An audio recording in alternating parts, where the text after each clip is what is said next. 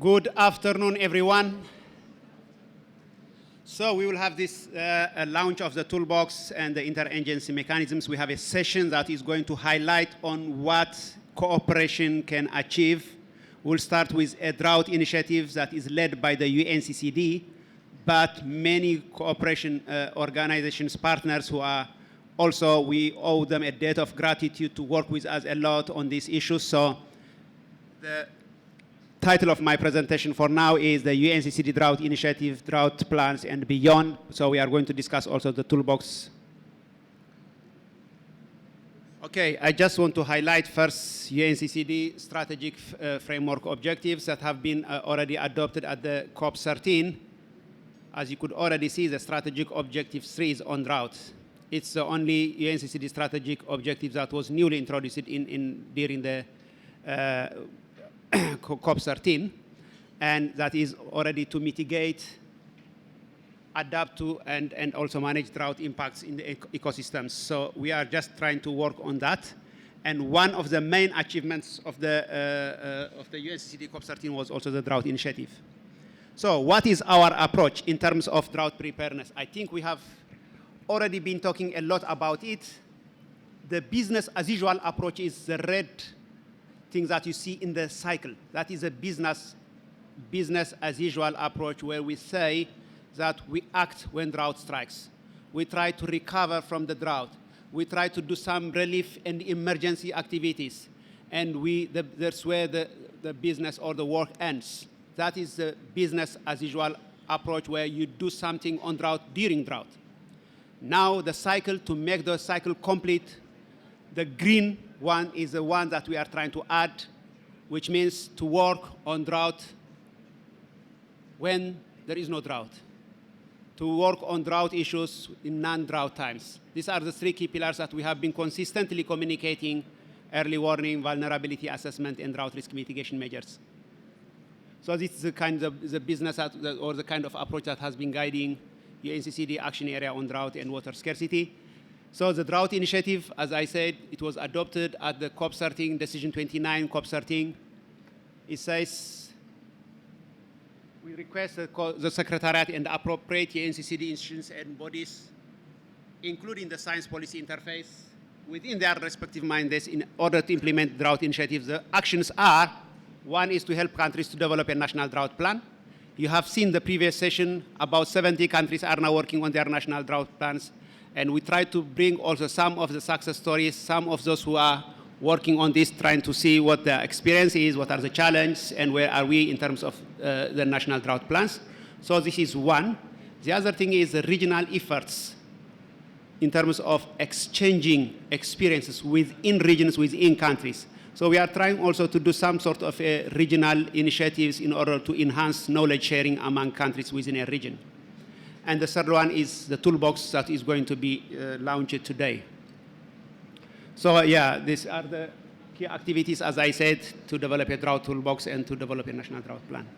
So the timeline, we had a first call, and in the first call, 44 countries signed up for the drought initiative, and in the second call, we have about 27, 28 countries. We had some sort of a criteria selection, and these are the 44 countries that signed up in the first round. And the second round, we had about 28 countries of them. So these are the 2 key action areas on the drought initiative. And the third key action area on the drought initiative is the toolbox that I am going to hand over to my colleague, Jeroen van Dalen, who has worked hard on this toolbox with many other partners also. It involved actually, the beauty of this toolbox is it involved the whole team of the UNCCD family, from what we call the External Relations and Policy Unit to STI and also the SPI and the global mechanism. So we have all worked to deliver on this, and then I have the unique pleasure to hand over now to my colleague Jeroen van Dalen for the introduction of this toolbox.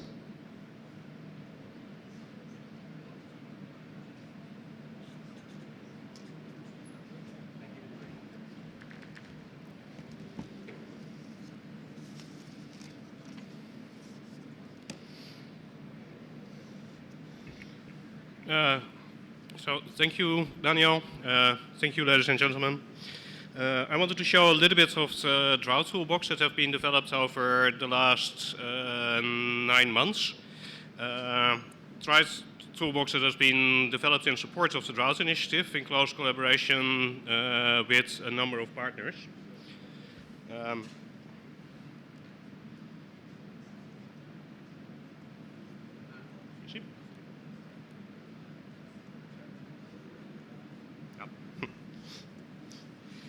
You can see the address of the Drowse Toolbox here, but it's really easy to find the Drowse Toolbox online already through the UNCCD website because it's linked directly from the UNCCD homepage. The toolbox has been developed in collaboration with all the partners in participating in the Drought Initiative.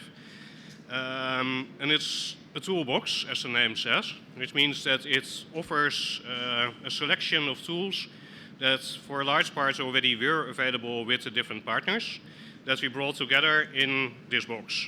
You can see it as just a box full of hammers and screwdrivers, but then we thought, okay, it might not necessarily be useful to just put it all together. So there's guidance in there that helps people sort of choose to see, okay, so what is your situation? Where are you? What do you need? Where we can then say, okay, we can help you, and maybe for your situation it's better to use a hammer. In your situation it's better to use a screwdriver. So it's not just a box of tools, it's a selection of tools that are offered in a structured way. The main structure that initially shows when you go to the homepage of the Drought Toolbox, what you see is based on the DRAMP guidelines that have been developed as part of the Drought Initiative, which forms the main structure into the 3 pillars that we see here. So it's drought monitoring and early warning as the first pillar, which offers tools that can help organizations, countries build monitoring and early warning systems. The second one is the vulnerability and risk assessment. Under this pillar, there's tools that can help countries do a risk assessment. And the third one is the risk mitigation, where we offer various mitigation measures together with some structure that will help you choose.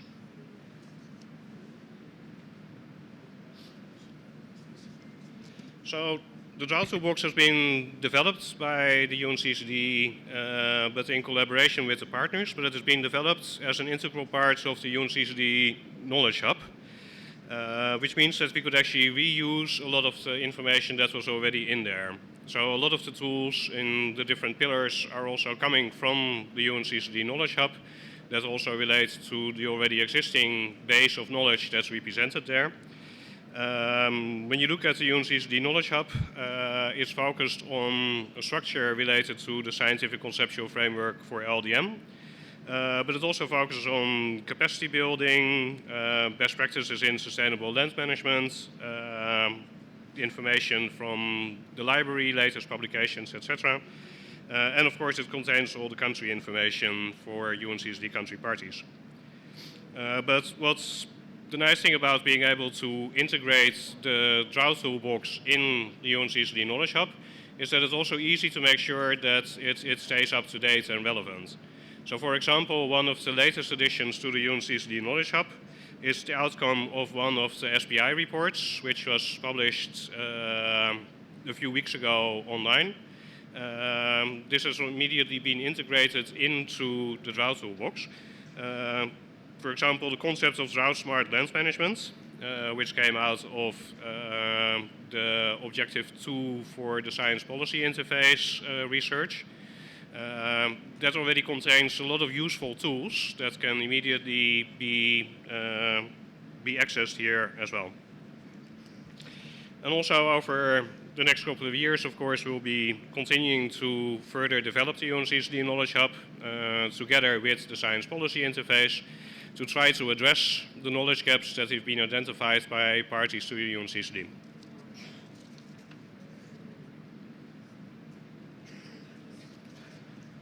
So we look at the 3 pillars. The first pillar is monitoring and early warning. Just wanted to check that. I can't see my PowerPoint here, so I have to check every now and then that we get the right screen. But Pillar 1 is focusing on monitoring and early warning. And like I mentioned before, we're not just putting in tools here that already have been developed, but we've also been looking at like what are the specific gaps and needs, and seeing if there's tools that can be specifically developed to actually match the Drowse Toolbox. So under Pillar 1, we've been cooperating with UN Environment DHI, who have developed a tool together with us specifically for drought monitoring, which provides free access to a large number of remote sensing and spatial data sets that are openly available, but where we find are generally not that easy for people to access or to actually use. So you see that a lot of the data is out there. We have those satellites roaming the Earth, and a lot of them actually provide free data, but it's really difficult for people to actually do something with that data. So the tool that we've developed together will make it easier to actually access this data. That's a tool that looks like this.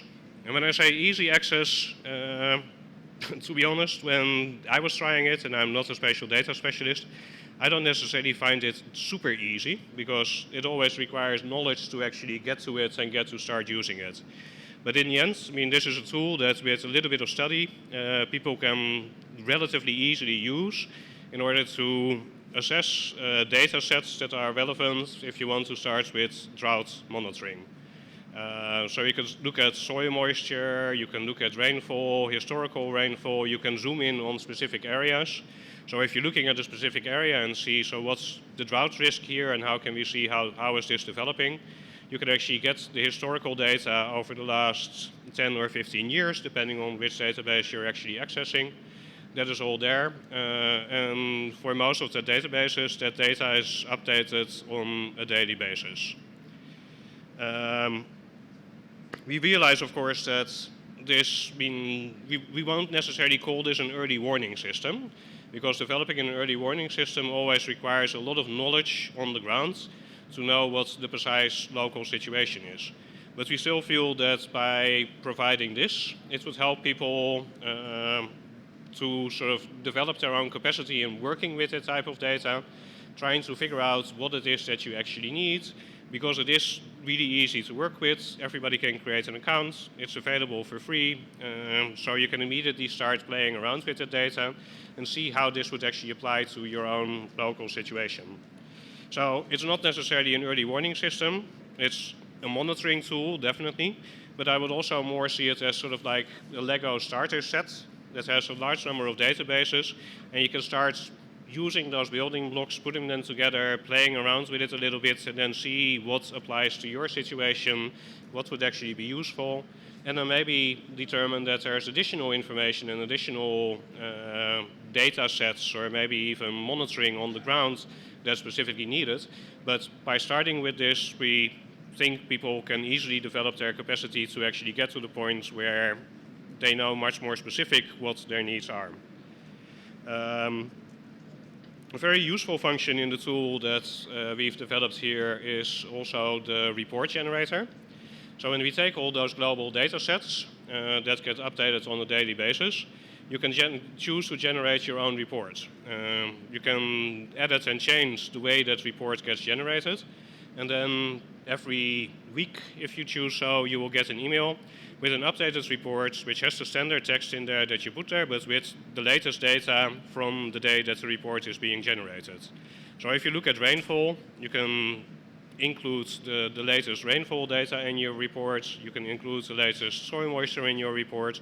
And then just every week or every month, have a report automatically generated that you can then distribute with people as you see needed. So I think that is a very useful tool. This is available for free. It currently has data sets for all the countries that are participating in the Drought initiative.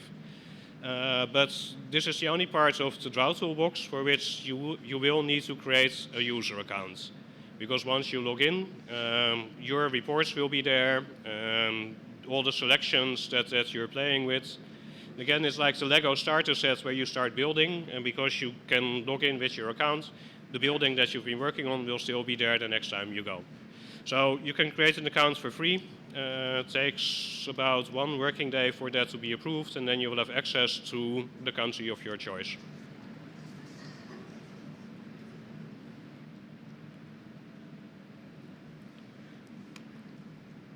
If you then look at pillar 2, the drought risk assessment, it's similar but also a little bit different. It's a different part of the toolbox, so there's different tools that are being offered here. The main thing that we took from the DRAMP guidelines was the concepts on how you actually calculate your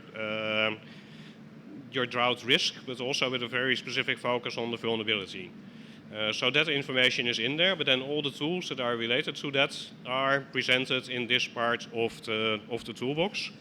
And there's also a structure, which is a question and answer structure, that enables you to make a selection of the tools that actually are there. So through the question and answer section, you will be asked a number of questions that relate to your situation. What are you looking for? What are the tools that you might need? And based on that, we present you a selection of the tools that are available in this part. But similar to Pillar 1, there's also a tool in here that has been... There's also a tool in here that's been specifically developed for the Drought Toolbox. And that's a drought risk assessment that's done together with the Joint Research Center of the European Union. They provided this drought risk assessment based on a model to calculate the drought risk on a global scale. We've integrated that model into the Drought Toolbox, which allows you to zoom in on specific areas and then actually look at like how is this, not just like what is the actual drought risk, that's the outcome of the calculation, but also look at some of the underlying data that actually leads to that calculation of the drought risk. So you can zoom in on an area and then choose which one of the indicators you actually want to see there, and through that sort of get a little bit more insight in how this assessment was actually done. I do also want to warn, and that's always the case with working on a global scale with global data sets. The global data sets, of course, are great if you want to do a global risk assessment, identifying areas that are at risk. But once you start looking at the local scale and looking at like, okay, how do we apply this and what's the actual precise risk in specific areas, of course you need to add the local knowledge. That is not done by the Joint Research Center. They did a global assessment based on globally available data. But we feel that by making this available to countries that are looking into a drought risk assessment, it gets you a start, and you can see how you can then supplement that with your local data.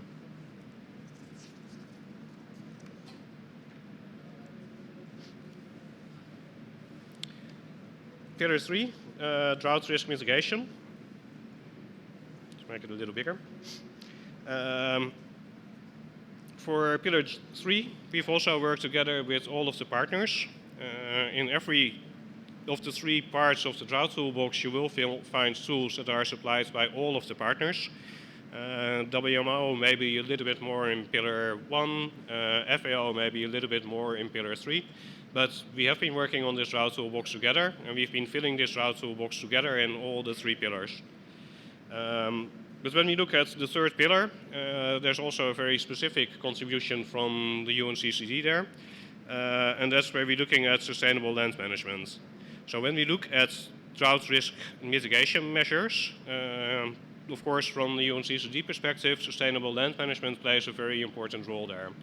Of course, we already have a lot of knowledge available on sustainable land management, which is partly coming from the UNCCD Science Policy Interface, but also for a large part coming from the cooperation that we have with BOCAT. So there's a specific section on sustainable land management in the Knowledge Hub, but focusing here on drought risk mitigation measures, we've taken a subset of sustainable land management technologies and included them here from BOCAT. And then also, as an outcome of the most recent work of the Science Policy Interface, we've added the concept of drought smart land management. But of course, that report was only published like a week and a half ago. So it's still a little bit crude, but we will of course continue to work with the science policy interface to improve these tools and to improve the knowledge in here.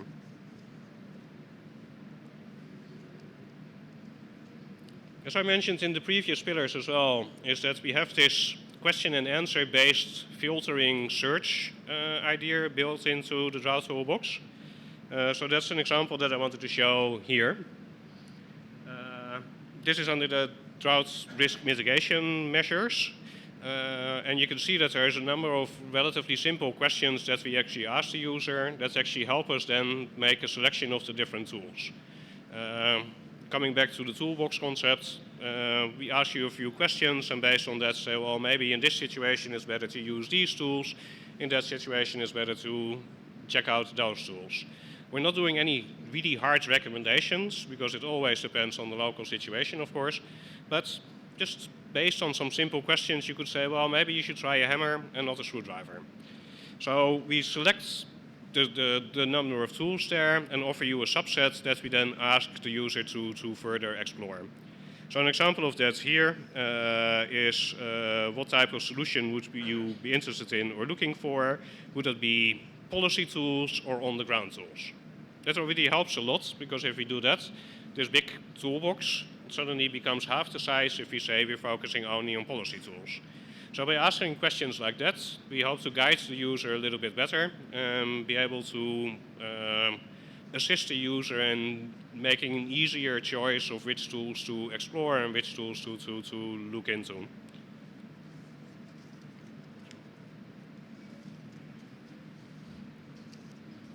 And of course, the Drowse Toolbox is still work in progress. We think we've added a lot of tools there, but also in cooperation with the partners, we hope over the next couple of years to keep further developing these tools, getting more tools in there that are really specific to the needs of countries who are working on implementing national drought plans, but also very much looking to respond to the needs of users.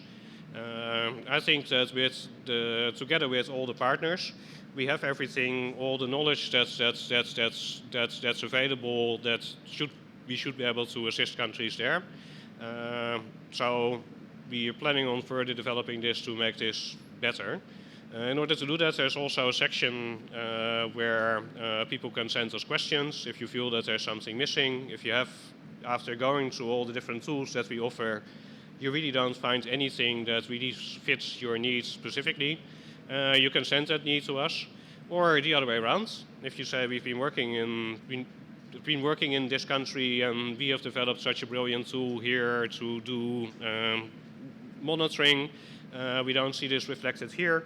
You're very welcome to share this knowledge because the whole concept of the UNCCD Knowledge Hub is that it's designed to enable UNCCD stakeholders to share knowledge and information with each other.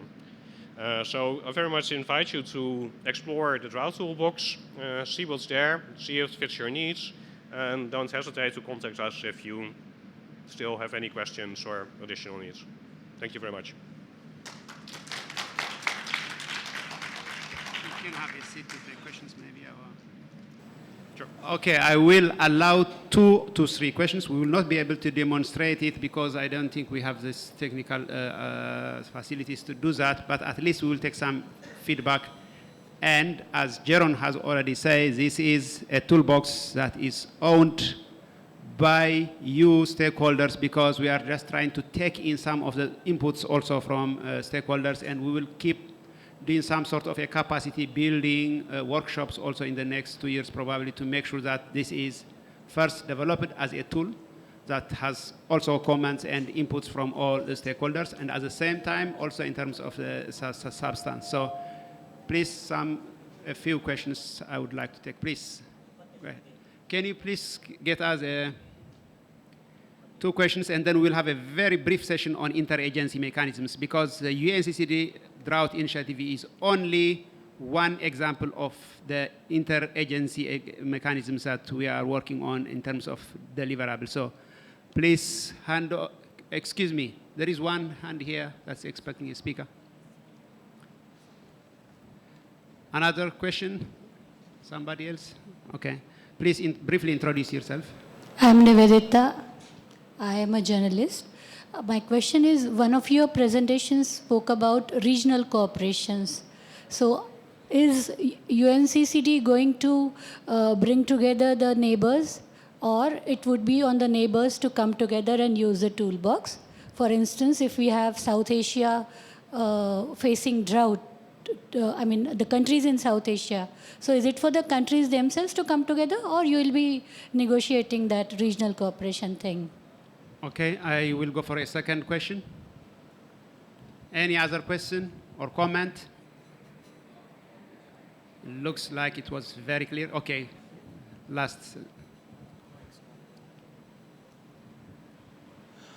Which methodology you consider as the best one to assess? Because there are number of methodology which you assess the droughts. And I am reading your some booklets that